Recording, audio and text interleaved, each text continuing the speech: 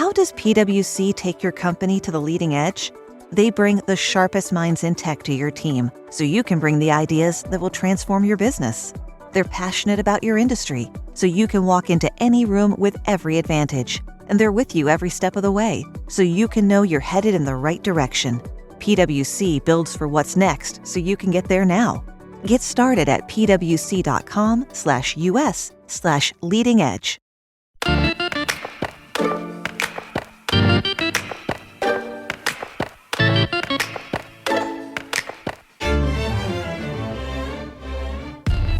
Welcome back to Damages. I'm Amy Westervelt.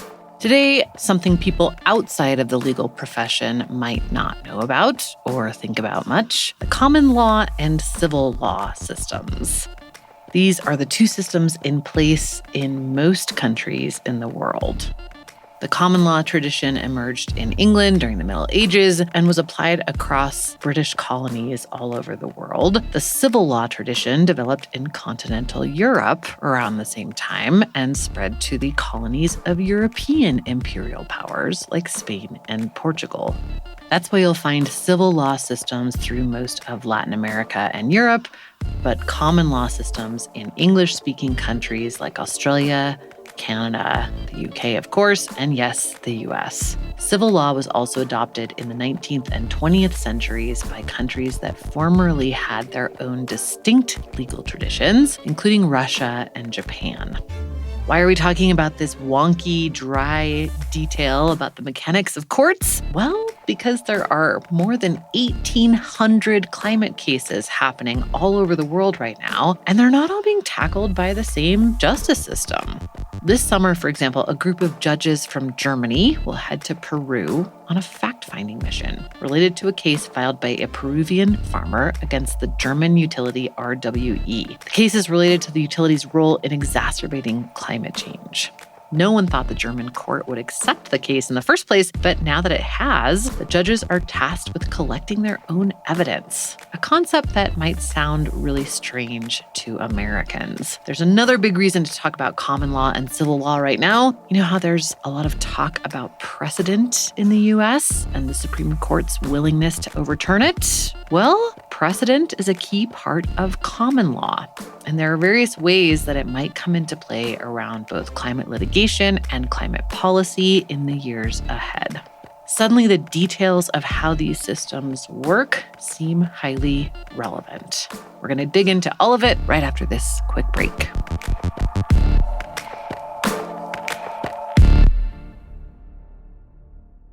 The Abercrombie Kids Summer Sale is in full swing, with up to 50% off select styles for the season. Summer plans, vacation, and camp days are all covered with new dresses, shorts, tees, and swim.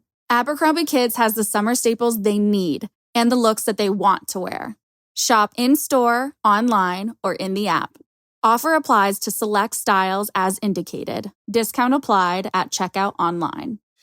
Hey, it's Paris. You know I love sparkly things, right? Like stars. Duh. And thanks to Hilton and AutoCamp, I just slept under them. Picture me, serving looks by the fire outside my luxurious Airstream, making s'mores with the kids, while a national park is our backdrop. The great outdoors meets Hilton hospitality. That's hot. Explore all the new ways to stay at Hilton.com. Hilton for the stay.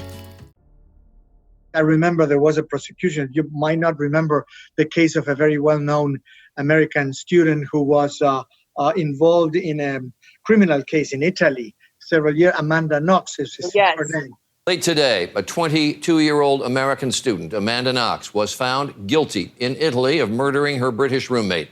She was immediately sentenced to 26 years in an Italian prison. When I asked Alejandro Garro, a professor and senior research scholar at Columbia Law School and an expert on the differences between civil and common law, to walk me through those differences, he started with the Amanda Knox trial in Italy back in 2009. And that really brought up a lot of misunderstanding of what really is normal or not normal in other countries. You might remember that case from tabloids in the US or some docuseries on Netflix. At any rate, one thing that's not normal anywhere but the US is the presence of juries in civil trials.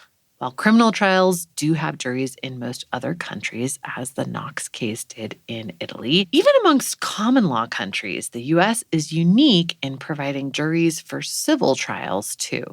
But one aspect of American exceptionalism, which I think is truly exceptional, is the jury system in non-criminal cases, in civil cases, like in the Chevron case. Even England, which is the mother country from where the United States copied the jury system, abolished it in the 19th century, and there are no more jury civil cases in England. And so it's in the New Zealand, Australia, and other common law countries that do not give to juries the fact-finding mission that they have in this country, which is where it's a constitutional guarantee, actually.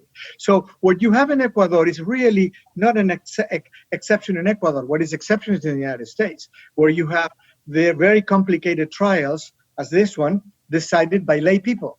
And whether right or wrong, that's the American system. People live with it, but it's hardly would ever be successful in other countries, let alone countries unlike England, the US, there are no tradition of juries. So juries are not really the important part of the legal system in non-English speaking countries. And in civil cases, the United States goes, I believe, alone in still having the jury in civil cases. It's not a given that you'll have a jury in a civil case. In some cases, either the plaintiff or defendant has to ask for a jury trial, but such requests are typically granted.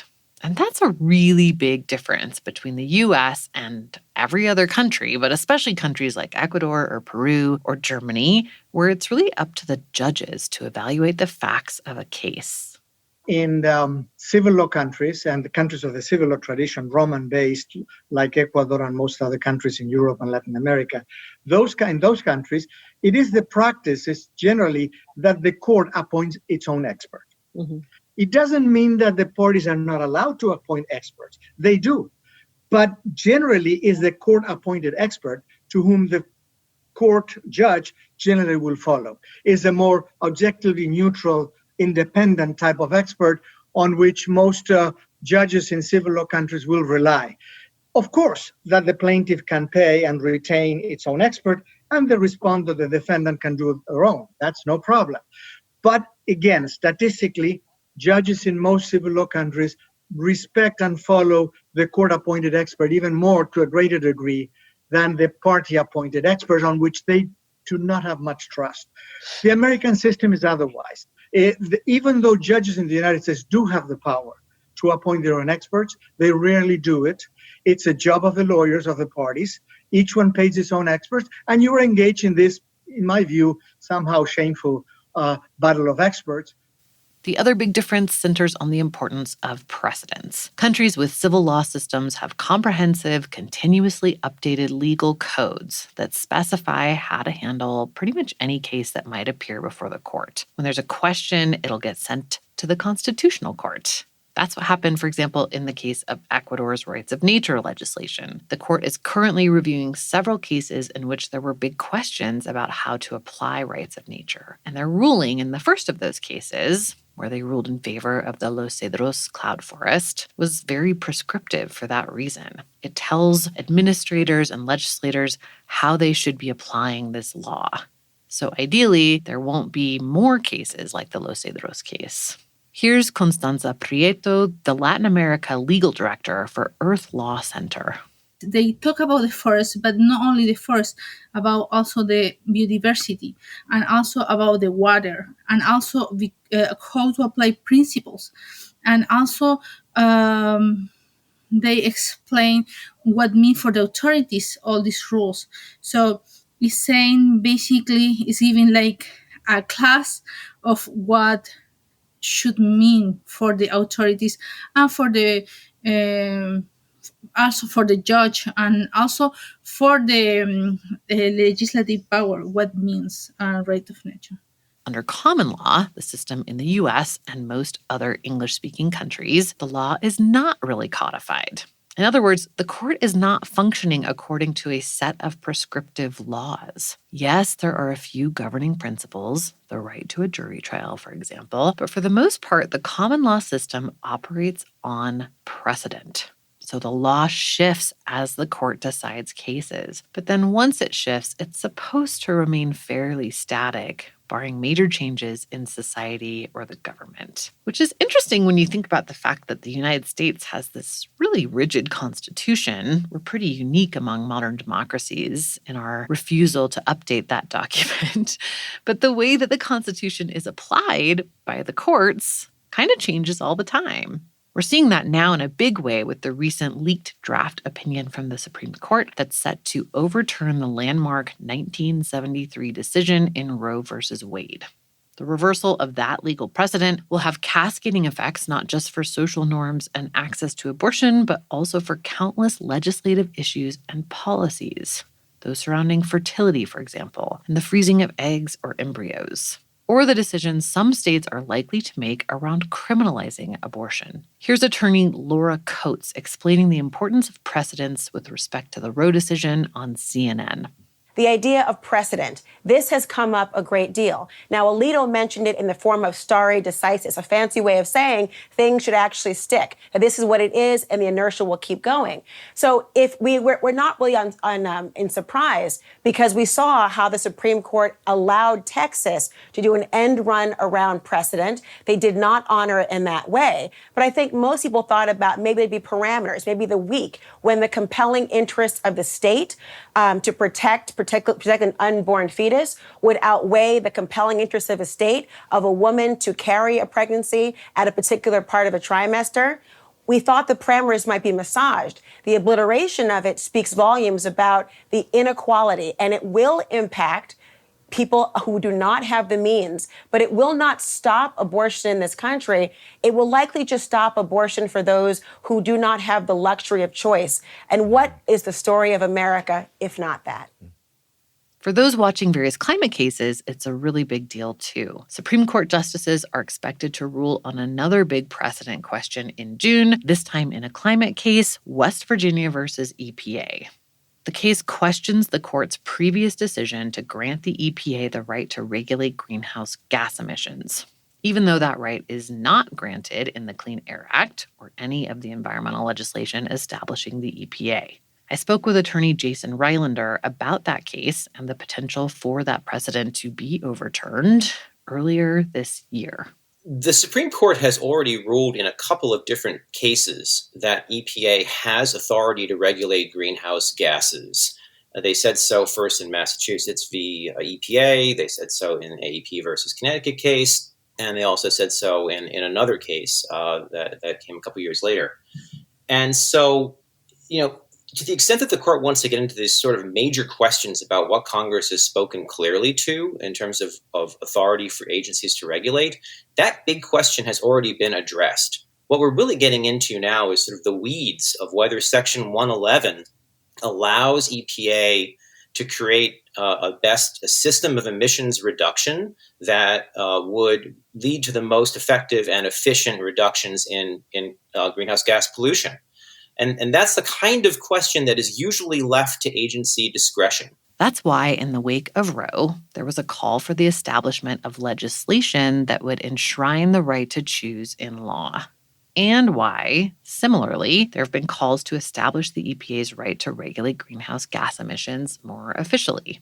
Although, of course, none of that would necessarily mean that these laws wouldn't be challenged. But it's historically been a bit harder to topple both precedent and legislation in the U.S. than one or the other. There's another big precedent-setting case that's relevant to climate, Citizens United.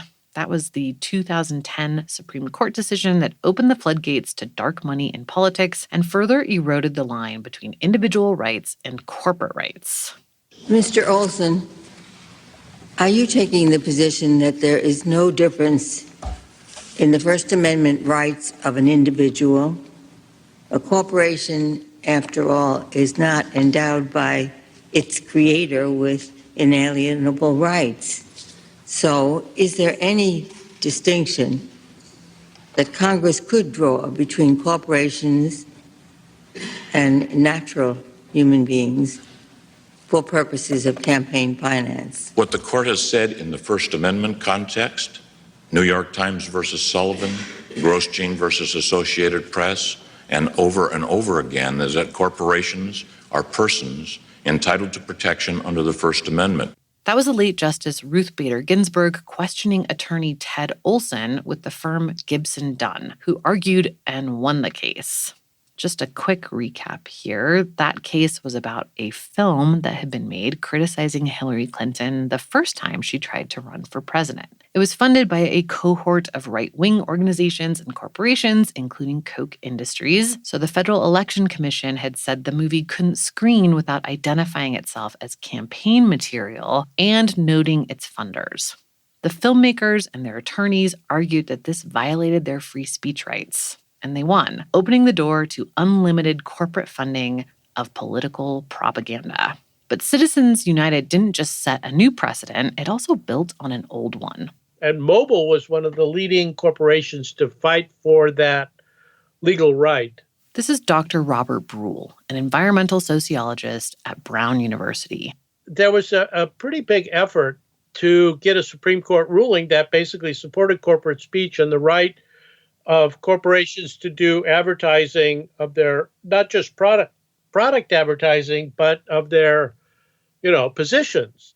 That Supreme Court case was First National Bank of Boston versus Bilotti. First National, along with 2 other banks and 3 corporations, wanted to spend money to publicize their opposition to a ballot initiative that would permit Massachusetts to implement a graduated income tax. The Attorney General of Massachusetts said that violated a state law against funding campaigns that would influence the outcome of a vote.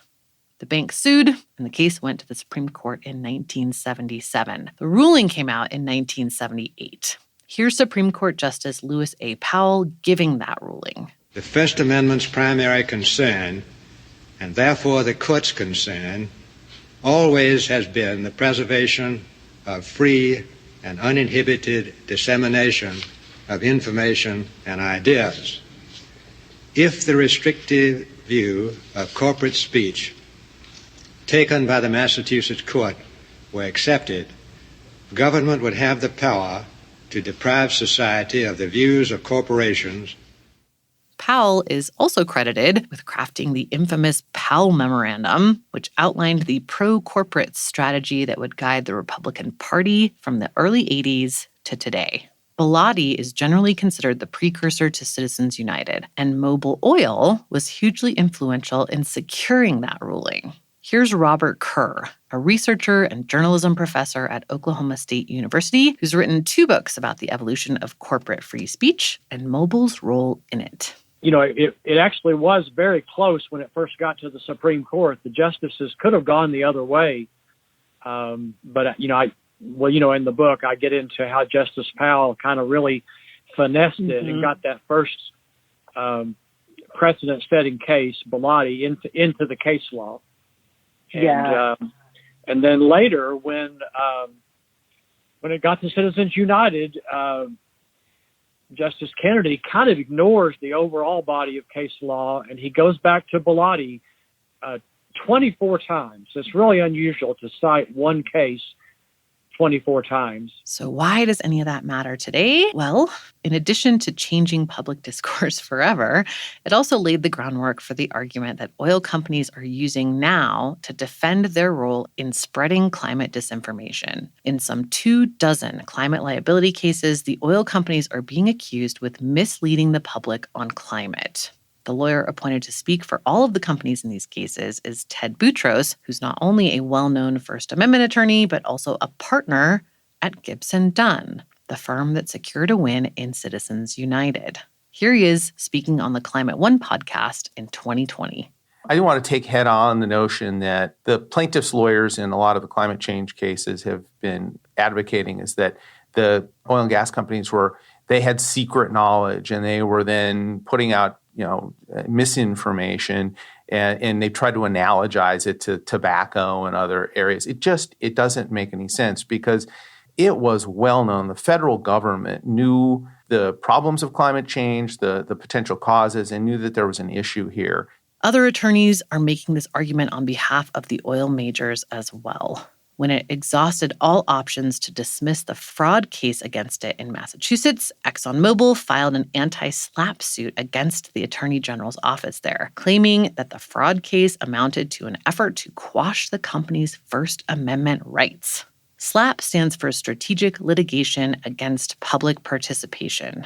Anti-SLAPP statutes were meant to protect the press and civil society groups from corporations that wanted to silence their critics. But these days, it's become equally common for corporations to use them to swat away legal complaints. Here's attorney Justin Anderson, a partner with Paul Weiss, ExxonMobil's law firm, at a March 2022 hearing about that case in Massachusetts.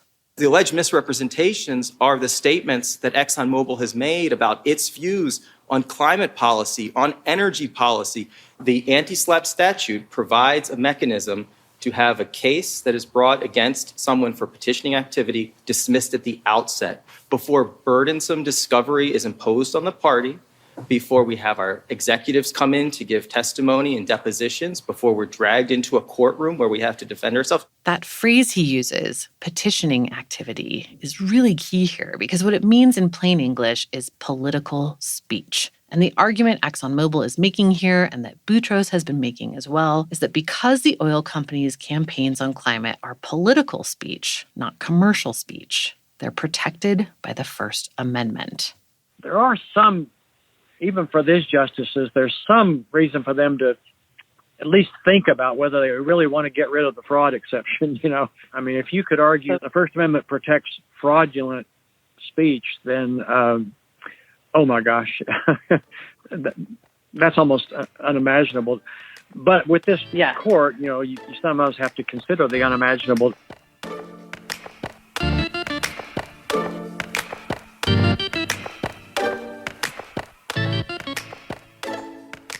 So there you have it. A quick primer on common law versus civil law, why precedent is so important, and some of the very big reasons why these mechanics of the court really matter. That's it for this time. Thanks for listening. Still coming up this season, we've got an interview with Rhode Island Senator Sheldon Whitehouse on why so many public interest law firms and right-wing organizations spend so much time and money on amicus briefs. Plus, a look at the difference between the human right to a healthy environment and rights of nature. Come back for that and make sure you're subscribed so you don't miss new episodes or our next season.